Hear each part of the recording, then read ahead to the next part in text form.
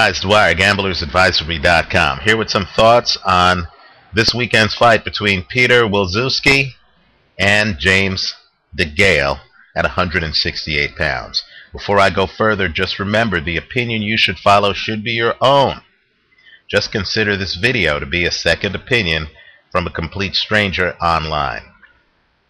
I've gotten my share of heat over my belief that James DeGale is one of the very best fighters in all of boxing.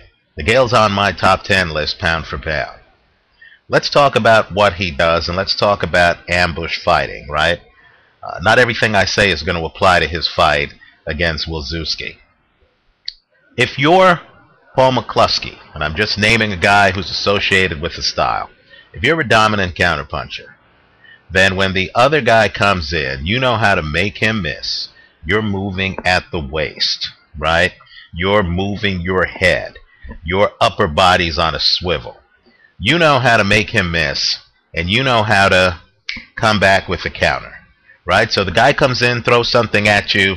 You're prepared. If you know that the guy only can hurt you with, let's say, a straight right hand, you're fighting an orthodox fighter, straight right hand and a left hook, then McCluskey and guys like McCluskey, defensive wizards, will actually turn as their opponent's turning, so that when the opponent attacks, at the angle of the attack, the opponent's going to run into a shoulder, right? The head's going to be tucked behind the shoulder. The opponent won't be able to hurt you with the right hand because you'll already have that block just off the angle. You're going to make sure the guy runs into your shoulder. And of course, if a left hook is all the guy can hurt you with other than that right hand, then you'll have your hand up to block that left hook, right? So your opponent, by the time they're making the ambush, has already been defensed, right? Especially if the opponent's a headhunter, so you don't even have to worry about your body. And if the opponent's tipping their punches, in other words, if you can tell before the guy throws the punch based on how he's standing, whether it's a headshot or a body shot, you can have that opponent defensed. But when McCluskey fought Amir Khan, who he had defensed, right, there was a hole in McCluskey's game that became apparent, because when Amir Khan was on the attack, even though McCluskey was defending most of what Khan was throwing, McCluskey wasn't throwing anything back, right? Because when under attack, McCluskey had to defend himself, right? He couldn't fight back. And then, of course, since Khan was an ambush fighter, Khan was able to get out of town before McCluskey could even counter it. So you had an interesting fight where Khan was charging in landing punches but couldn't hurt McCluskey, but McCluskey wasn't able to bridge the distance between himself and Amir Khan. Now, just imagine if McCluskey had the skill level to actually stalk Amir Khan. Right? For an ambush fighter to be able to ambush you, they have to be outside to begin with. Right? What if Paul McCluskey was a stalker and actually was able to prevent Amir Khan from being on the outside?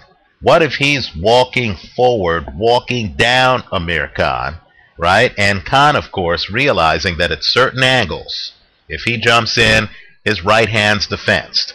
So Khan is feverishly trying to dart to the side to create an angle where he can jump in and actually land that right hand, or at least threaten to land the right hand. And what if McCluskey, as he's walking forward and turning to deny Khan that angle, is actually able to throw punches? Not just headshots, but body shots.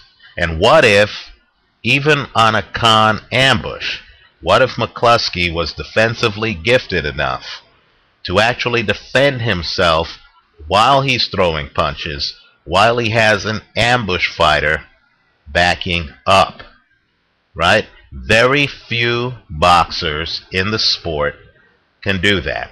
Very few. I believe at 147, Floyd Mayweather can. I believe at 160, Dmitry Pirog can. And I believe at 168, James DeGale can. James DeGale can literally walk you down, deprive you of angles, hit you with headshots and body shots. You don't even know if he's coming in left-handed or right-handed, right?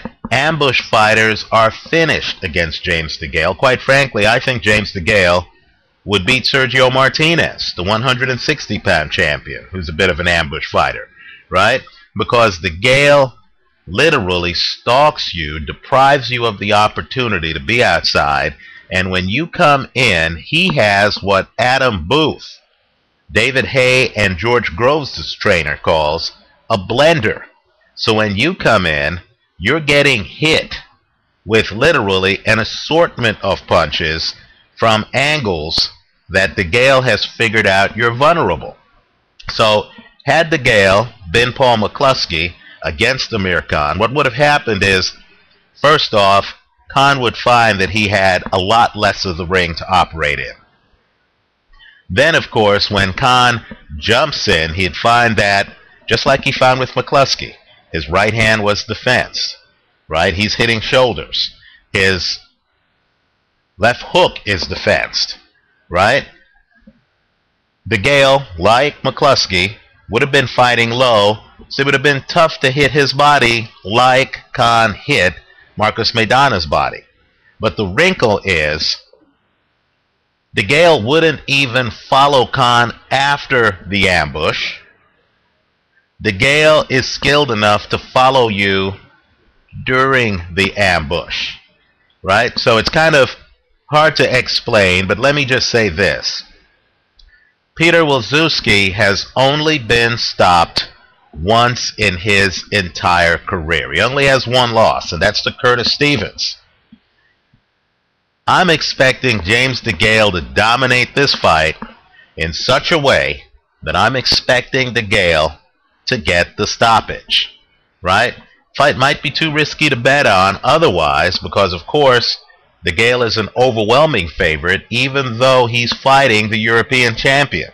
And the reason he's an overwhelming favorite is I believe wise guys watching boxing see this guy's talent and realize that this guy is already among boxing's elite. You know, as a gambler, I don't care who's wearing the pleather belt. You know, I'm just into who I think is going to win the fight. And James DeGale right now, in my opinion, as I make this video, I believe he's the UK's best fighter. I think if he were to fight Carl Froch, now Froch is very advanced, right? If he were to fight Carl Froch, Froch has the better jab. Froch is probably better from distance. But the gap up close inside is so great that I would expect DeGale to even beat Carl Froch. George Groves stayed outside DeGale's blender. He's a mover, like Andre Durrell, like Ali, and that's the one style that would give a James DeGale problems because DeGale's jab is really perfunctory. It's just to blind you while he stalks you and gets inside on you. I didn't think Groves beat DeGale the first time. I'd certainly take DeGale in the rematch, but understand, perimeter fighters who can fight you from the outside and aren't really boxing you, they're just hitting and running on their back foot, they'll frustrate a DeGale whose brilliance is really on inside fighting. His ability literally to come forward whether you're ambushing him or not. And we're talking about a different kind of aggression than Antonio Margarito's aggression, right? Margarito, who's also a fighter I respect greatly, gets hit when he comes inside. You remember Margarito against Cotto. As Margarito stalks you, same type thing, he was depriving Miguel Cotto of the opportunity to do any kind of ambush or planned attack, right? Because Cotto always had to deal with him. But as Cotto threw punches, the punches landed on Margarito. James DeGale works angles a lot better. I'll be surprised if DeGale even gets hit meaningfully 5 times in this fight, right? Wilczewski stands in front of you. He works behind a jab. He doesn't have a lot of power. He gets by on technique. He's an excellent defensive fighter. He has a high defensive guard at the beginning of a combination. He also throws punches to the body, especially with his left hand, right? Those left hand body punches set up the kinds of right hands that he used to stop Amin Asakaman. Here's the problem.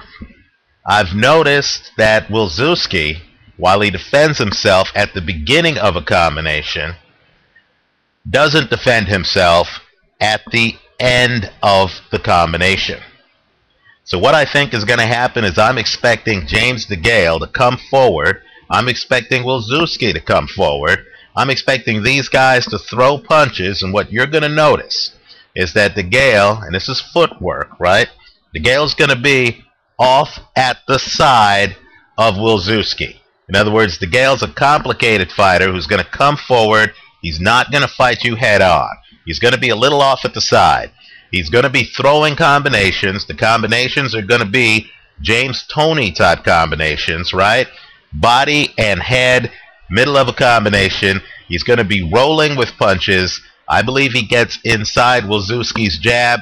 I think he beats Piotr Wilczewski by KO from the inside out, right? And these inside out fighters, they might not look dramatic.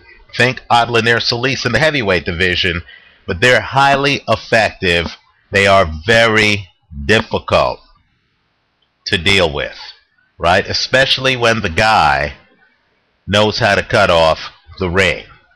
I think James DeGale wins the European title. I think you want to keep an eye on this guy because, quite frankly, at 168, you know, the only guy I'm really hesitant on taking DeGale over is Andre Ward, because Andre Ward, as I like to call him, is a chameleon who can fight you inside. He can also fight you outside, right? Ward could actually fight George Groves' fight style if he wanted, right? But I believe James DeGale at this point beats Lucien Bute. I think he beats Carl Froch. I think that at 168 he would really dominate that division. An intriguing fight would be DeGale against Glenn Johnson, but at this stage I'm not even sure if Glenn Johnson is still Glenn Johnson. Anyway, let me know what you think. I'm taking DeGale in this fight. If you're just thinking about a safe bet, this is not it, because the casinos have drained the odds here. I think DeGale wins, but I'm certainly not going to pay a -800 for a fight.